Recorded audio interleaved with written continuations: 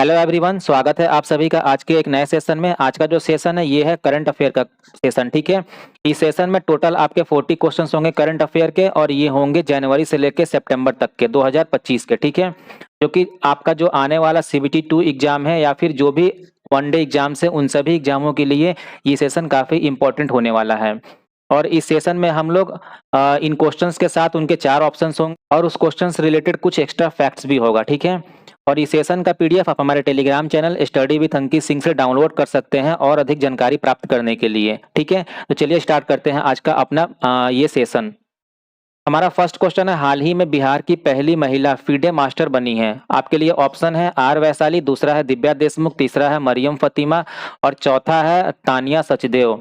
तो ये है आपकी मरियम फतिमा। ठीक है, मरियम फतिमा मुजफ्फरपुर बिहार से हैं और उन्होंने बिहार की पहली महिला वुमन FIDE मास्टर यानी WFM बनने का गौरव हासिल किया है। उन्होंने स्पेन में Barbera del Valles 2025 open tournament में यह शानदार जीत हासिल किया है। ठीक है, और इसके साथ ही उनकी रेटिंग अब कितनी हो गई है, 2083 बढ़कर।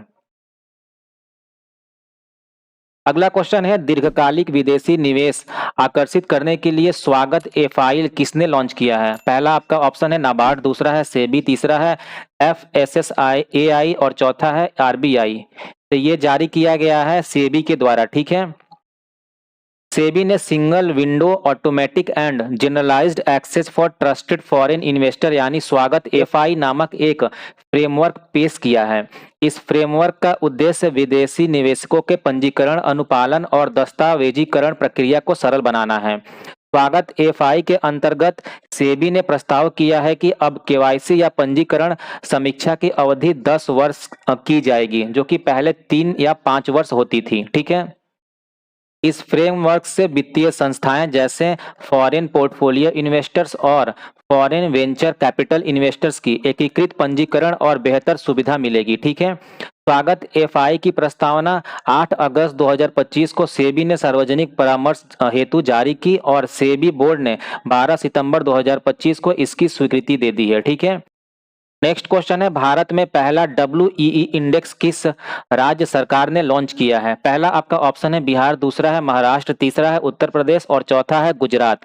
तो ये है आपका उत्तर प्रदेश राज्य। ठीक है, बात करें WEE के बारे में तो ये है women's empowerment and economic index यानी महिला सशक्तिकरण एवं आर्थिक सूचकांक। ठीक है, इसको यह संदर्भित करता है जो महिलाओं की भागीदारी, संसाधन उपलब्धता और सशक्तिकरण मापता है। उत्तर प्रदेश सरकार ने इस प्रकार का इंडेक्स लॉन्च किया है ताकि महिलाओं को सामाजिक एवं आर्थिक स्थिति को बेहतर ढंग से मापा और नीतिगत हस्तक्षेप की जा सके। इस इंडेक्स के अंतर्गत जिलेवार डेटा, शिक्षा, रोजगार, स्वास्थ्य, वित्तीय समावेशन आदि पहलुओं को शामिल किया जाता है। इस कदम को महिला की स्थिति सुधारने की दिशा में एक मॉडल माना जा रहा है और इसे अन्य राज्यों के लिए प्रेरणा माना जा सकता है। अगला क्वेश्चन है, 15 सितंबर 2025 को महाराष्ट्र के राज्यपाल के रूप में किसने शपथ ली। पहला आपका ऑप्शन है इसके लिए आचार्य देवव्रत, दूसरा है थावरचंद गहलोत, तीसरा है CP राधाकृष्णन और चौथा है रमेश बैस।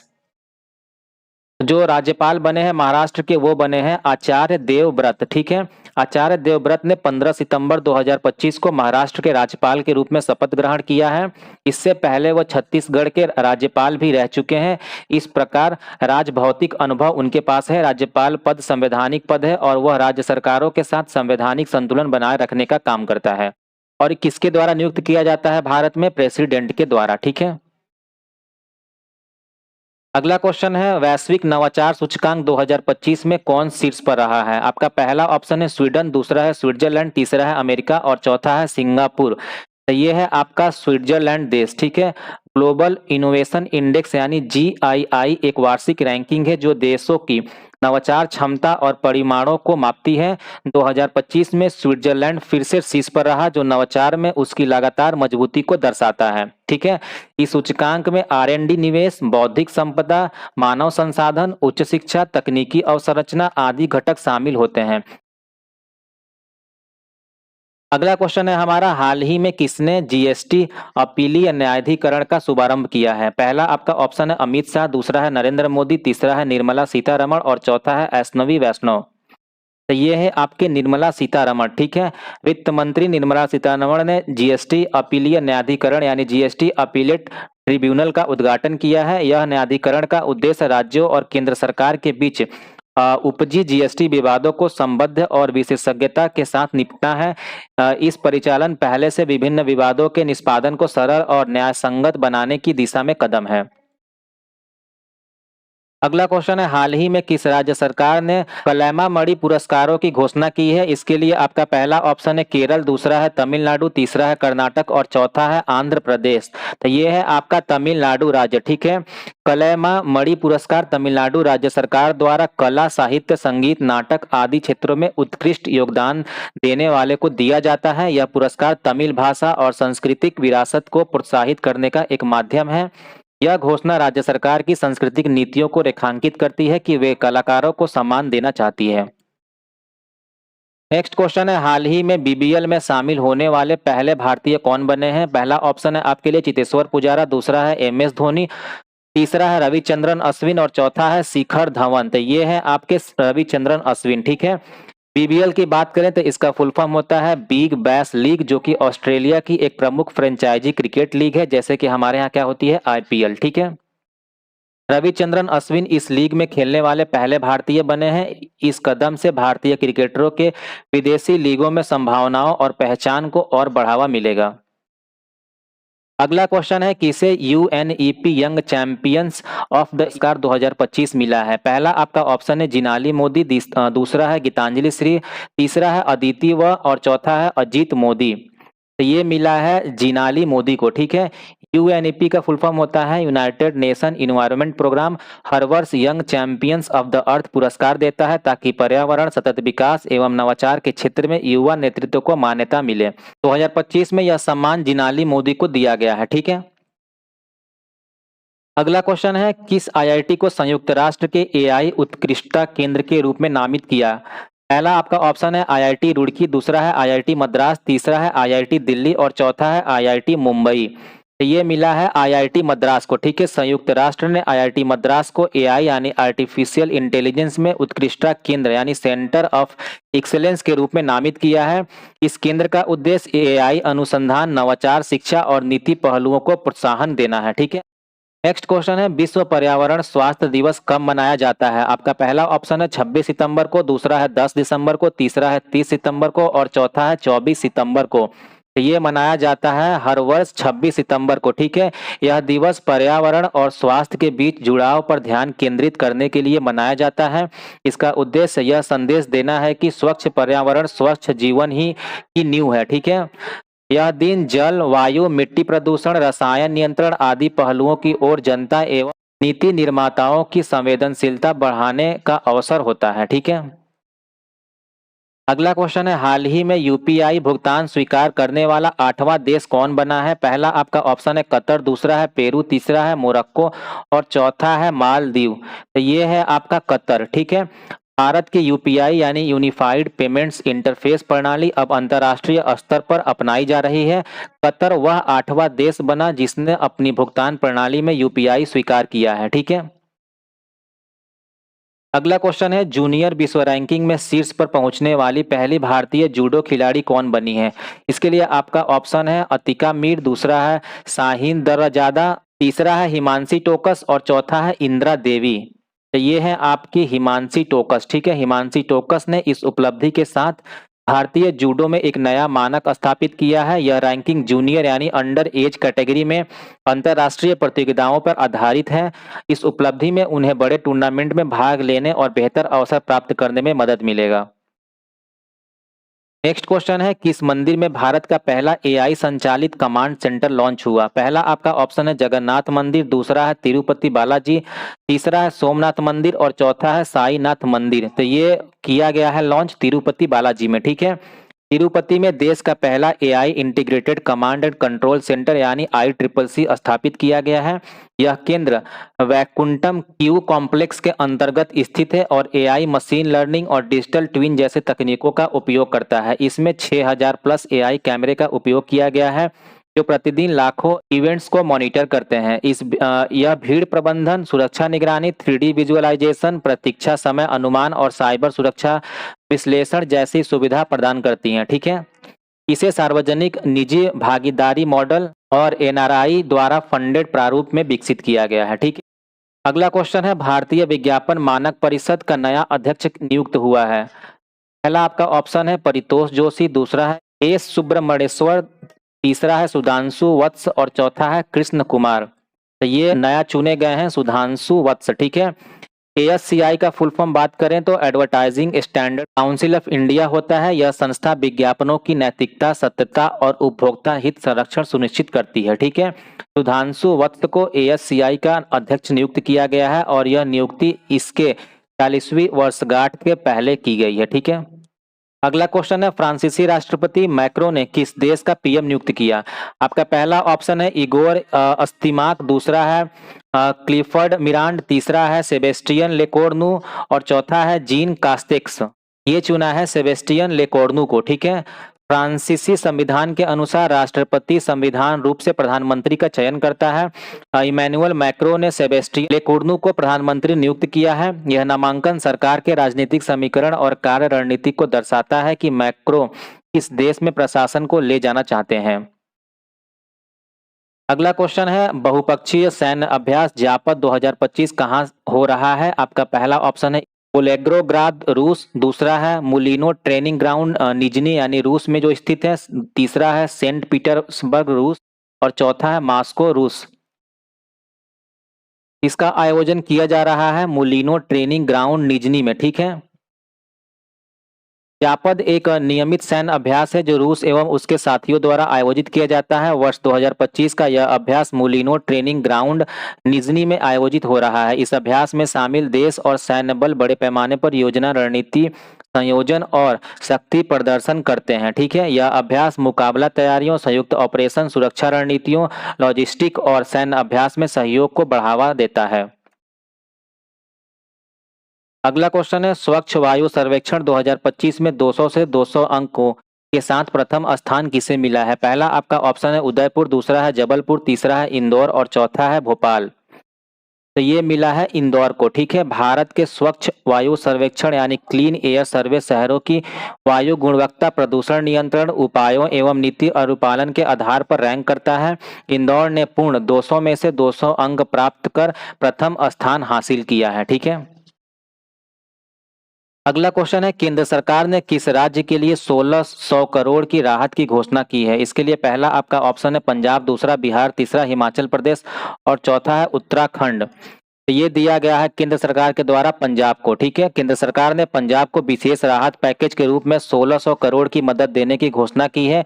यह राशि संभवतः बाढ़, प्राकृतिक आपदा, कृषि संकट या अन्य आर्थिक कठिनाइयों को हल करने के लिए दी जाती है। ठीक है, अगला क्वेश्चन है, टाइम ने किसे किड ऑफ द ईयर 2025 बनाया। आपका ऑप्शन है चित्रा गर्ग, दूसरा है तेजस्वी मनोज, तीसरा है प्रतिज्ञा सिन्हा और चौथा है श्रेया गोस्वामी।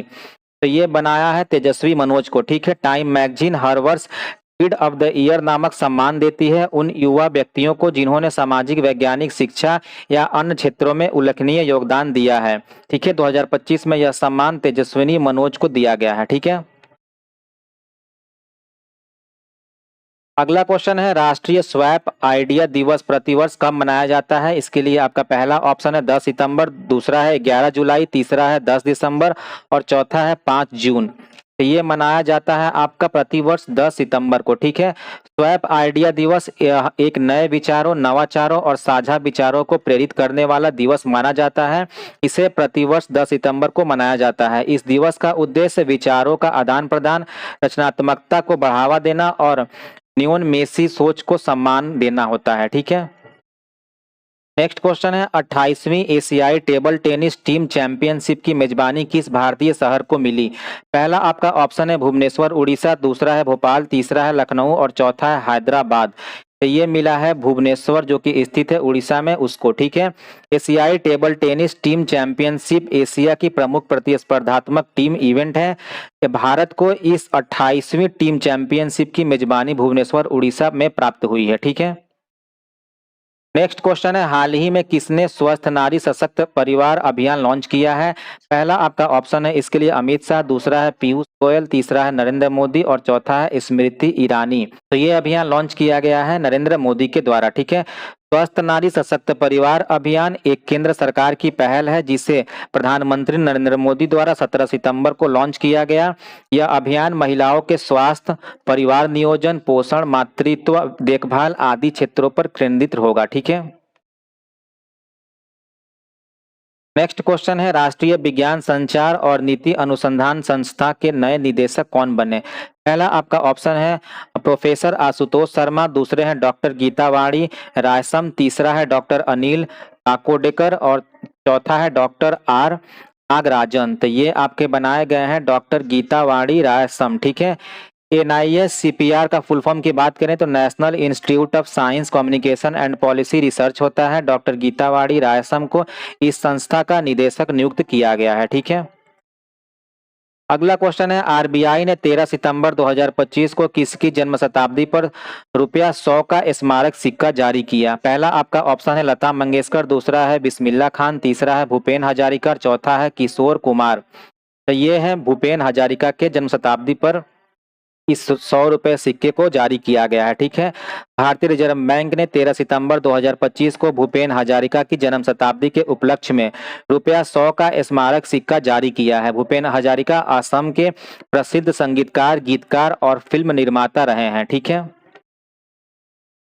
नेक्स्ट क्वेश्चन है, दुनिया का पहला डिजिटल आदिवासी विश्वविद्यालय आदि संस्कृत कहाँ लॉन्च हुआ है? पहला आपका ऑप्शन है मुंबई, दूसरा है नई दिल्ली, तीसरा है भोपाल और चौथा है हैदराबाद। तो ये लॉन्च किया गया है नई दिल्ली में, ठीक है। आदि संस्कृत नामक यह विश्वविद्यालय आदिवासी समुदायों के लिए डिजिटल माध्यम से शिक्षा, संसाधन और समावेशन प्रदान करने हेतु स्थापित किया गया है। इसे नई दिल्ली में लॉन्च किया गया है, ठीक है। यह पहल आदिवासी शिक्षा, भाषा, संस्कृति संरक्षण और ऑनलाइन शिक्षा को जोड़ने का एक नया अभिनव मॉडल हो सकता है, ठीक है। अगला क्वेश्चन है, महिला विश्व कप 2025 का आयोजन किस राष्ट्र के द्वारा किया गया? आपका पहला ऑप्शन है इंग्लैंड, दूसरा है भारत और श्रीलंका, तीसरा है ऑस्ट्रेलिया और चौथा है दक्षिण अफ्रीका। तो ये किया गया भारत और श्रीलंका के द्वारा, ठीक है। ICC ने महिला विश्व कप 2025 की मेजबानी भारत और श्रीलंका को दी है। इस आयोजन के लिए ICC ने विल टू विन नामक अभियान शुरू किया ताकि टूर्नामेंट का उत्साह और भागीदारी बढ़ सके, ठीक है। नेक्स्ट क्वेश्चन है, हाल ही में हीरो मोटरकॉर्प के नए CEO कौन बने हैं? इसके लिए आपका पहला ऑप्शन है हर्षवर्धन चितले, दूसरा है नरेंद्र बोचिल्ला, तीसरा है अवनीश राणा और चौथा है गायत्री प्रसाद। तो ये बनाया गया है हर्षवर्धन चितले को, ठीक है। हीरो मोटरकॉर्प ने हर्षवर्धन चितले को अपना नया CEO नियुक्त किया है। यह नियुक्ति कंपनी के नेतृत्व में बदलाव और नई रणनीतियों को दिशा में संकेत देती है, ठीक है। अगला क्वेश्चन है, हाल ही में 23वें विधि आयोग के अध्यक्ष कौन बने हैं? इसके लिए आपका पहला ऑप्शन है हिमा कोहली, दूसरा है HJ कन्या, तीसरा है पतंजलि शास्त्री और चौथा है दिनेश महेश्वरी। तो ये बने हैं दिनेश महेश्वरी, ठीक है। सुप्रीम कोर्ट जज दिनेश महेश्वरी को 23वें विधि आयोग का चेयरमैन नियुक्त किया गया है, ठीक है। अगला क्वेश्चन है, 77वें एमी अवार्ड्स किस क्षेत्र में दिया गया है? आपका पहला ऑप्शन है विज्ञान, दूसरा है चिकित्सा, तीसरा है सिनेमा और चौथा है टेलीविजन। तो ये दिया गया है टेलीविजन के क्षेत्र में। एमी अवार्ड मुख्य रूप से टेलीविजन इंडस्ट्री के लिए दिया जाता है। इन्हें अमेरिका की academy of television arts and science द्वारा दिया जाता है, ठीक है। एमी अवार्ड को टीवी जगत का ऑस्कर के नाम से जाना जाता है। अगला क्वेश्चन है, किस यूरोप देश ने डिएला नामक दुनिया की पहली AI कैबिनेट मंत्री बनाई है? आपका पहला ऑप्शन है अल्बानिया, दूसरा है साइप्रस, तीसरा है जॉर्जिया और चौथा है बेलारूस। तो ये बनाया गया है अल्बानिया के द्वारा, ठीक है। अल्बानिया ने डिएला नामक की AI वर्चुअल मिनिस्टर को कैबिनेट का हिस्सा बनाया है। इसका काम डिजिटल नीतियों और AI आधारित प्रशासन में सलाह देना है, ठीक है।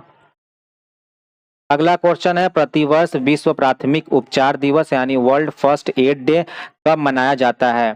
पहला आपका ऑप्शन है सितंबर महीना के दूसरे मंगलवार को, दूसरा है सितंबर महीना के दूसरे शनिवार को, तीसरा है सितंबर महीने के दूसरे बुधवार को और चौथा है सितंबर महीने के दूसरे शुक्रवार को। तो ये मनाया जाता है सितंबर महीने के दूसरे शनिवार को, ठीक है। इसकी शुरुआत international federation of red cross and red crescent societies ने 2000 की थी, ठीक है। इसका उद्देश्य है आपात स्थिति में प्राथमिक उपचार के महत्व को बढ़ावा देना। 2025 में यह दिवस 13 सितंबर को मनाया गया। अगला क्वेश्चन है, हाल ही में कितने शिक्षकों को नेशनल टीचर्स अवार्ड 2025 मिला है? आपका पहला ऑप्शन है 42, दूसरा है 45, तीसरा है 48 और चौथा है 51। तो ये मिला है 45 लोगों को, ठीक है। 2025 में कुल 45 शिक्षकों को राष्ट्रीय पुरस्कार से सम्मानित किया गया। पुरस्कार हर साल शिक्षक दिवस 5 सितंबर को राष्ट्रपति भवन में दिए जाते हैं, ठीक है। नेक्स्ट है, हाल ही में कौन वित्त मंत्रालय की 29वीं महालेख नियंत्रक सीजीए बनी है? ये आपका पहला ऑप्शन है एनएस चतुर्वेदी, दूसरा है टीसीए कल्याणी, तीसरा है मीरा चौधरी और चौथा है अश्वनी राजावत। ये बनी है टीसीए कल्याणी, ठीक है। टीसीए कल्याणी को भारत की 29वीं सीजीए यानी कंट्रोलर जनरल ऑफ अकाउंट्स नियुक्त किया गया है। सीजीए भारत सरकार की सबसे बड़ी ऑडिट और लेखा संस्था है। अगला क्वेश्चन है, कौन अंतर्राष्ट्रीय सौर गठबंधन आईएसए से जुड़ने वाला 107वां सदस्य देश बना है? ये बना है नाइजीरिया, दूसरा बना है मालदोवा, तीसरा बना है बुल्गारिया और चौथा बना है जापान। तो इनमें से जो बना है वो बना है मालदोवा, ठीक है। मालदोवा 107वां देश बना जिसने आईएसए की सदस्यता ग्रहण की है। आईएसए की स्थापना 2000 भारत और फ्रांस ने मिलकर की थी और इसका मुख्यालय गुरुग्राम जो कि हरियाणा में स्थित है वहां पर है, ठीक है। अगला क्वेश्चन है, विश्व बांस दिवस यानी वर्ल्ड बम्बू डे कब मनाया जाता है? पहला आपका ऑप्शन है 18 सितंबर, दूसरा है 22 जुलाई, तीसरा है 14 नवंबर और चौथा है 28 अक्टूबर। तो ये मनाया जाता है हर साल 18 सितंबर को, ठीक है। यह दिवस पहली बार 2009 में बैंकॉक थाईलैंड में मनाया गया था और इसका उद्देश्य है बांस के सतत उपयोग और इसके आर्थिक महत्व को बढ़ावा देना, ठीक है। नेक्स्ट क्वेश्चन है, किसके द्वारा डेमोग्राफी रिप्रेजेंटेशन और डेलिमिटेशन पुस्तक का विमोचन किया गया है? पहला आपका ऑप्शन है रवि के मिश्रा, दूसरा है जगदीश शुक्ला, तीसरा है राम माधव और चौथा है आनंद कुमार। तो ये किया गया है रवि के मिश्रा के द्वारा। यह पुस्तक भारत में जनगणना, जनसंख्या और चुनावी क्षेत्रों के विभाजन से संबंधित है। लेखक ने इनमें जनसंख्या आधारित प्रतिनिधित्व की चुनौती पर चर्चा की है। अगला क्वेश्चन है, किस राज्य में छत्रपति संभाजी की प्रतिमा का सम्मान किया गया? आपका ऑप्शन है आंध्र प्रदेश, दूसरा है बिहार, तीसरा है महाराष्ट्र और चौथा है गुजरात। ये किया गया है महाराष्ट्र राज्य में, ठीक है। छत्रपति संभाजी महाराज छत्रपति शिवाजी महाराज के पुत्र थे। उन्हें वीरता और मुगलों के खिलाफ संघर्ष के लिए जाना जाता है। महाराष्ट्र में उनकी स्मृति में कई स्थानों पर प्रतिमाएं स्थापित की गई हैं। नेक्स्ट क्वेश्चन है, कौन आईसीसी टी20 इंटरनेशनल रैंकिंग में दुनिया के नंबर 1 गेंदबाज बने हैं? पहला आपका ऑप्शन है जैकब डफे, दूसरा है वरुण चक्रवर्ती, तीसरा है अखिल हुसैन और चौथा है राशिद खान। तो ये बने हैं वरुण चक्रवर्ती, ठीक है। भारतीय स्पिनर वरुण चक्रवर्ती 2025 में आईसीसी टी20 गेंदबाजी रैंकिंग में नंबर 1 पर बने हैं, ठीक है। अगला क्वेश्चन है, भारत का सबसे बड़ा और अत्याधुनिक खेल परिसर यानी स्पोर्ट कॉम्प्लेक्स कहाँ उद्घाटित किया गया? आपका पहला ऑप्शन है इंदौर मध्य प्रदेश, दूसरा है लखनऊ उत्तर प्रदेश, तीसरा है नरनपुरा अहमदाबाद और चौथा है पुणे महाराष्ट्र। तो इसका उद्घाटन किया गया है नरनपुरा अहमदाबाद में, ठीक है। अहमदाबाद जो कि गुजरात में स्थित है। अहमदाबाद के नरनपुरा में देश का सबसे बड़ा स्पोर्ट्स कॉम्प्लेक्स बनाया गया है। इसमें ओलंपिक स्तर की सुविधाएं उपलब्ध कराई गई हैं, ठीक है। तो ये था आज का हमारा 40 क्वेश्चन का करंट अफेयर का सेशन। और अगर आपको इस सेशन के बारे में कोई सुझाव देना हो या कोई प्रतिक्रिया देना हो तो कमेंट बॉक्स आपके लिए ओपन है। आप वहां अपने सुझाव और अपने राय को व्यक्त कर सकते हैं ताकि इस सेशन को और अच्छा कैसे बनाया जा सके। और अगर आज का वीडियो आपको पसंद आया हो तो इस वीडियो को लाइक करें और अपने दोस्तों के साथ भी जरूर शेयर करें। और अगर आप चैनल पर नए हैं तो इस चैनल को सब्सक्राइब कर लें क्योंकि यहाँ पर आपके लिए डेली एक practice set one day competitive exam के लिए आपके लिए आया करते हैं, ठीक है। और साथ ही करंट अफेयर के सेशन भी आया करते हैं। तो चलिए मिलते हैं एक अगले सेशन में, तब तक के लिए टेक केयर, बाय बाय।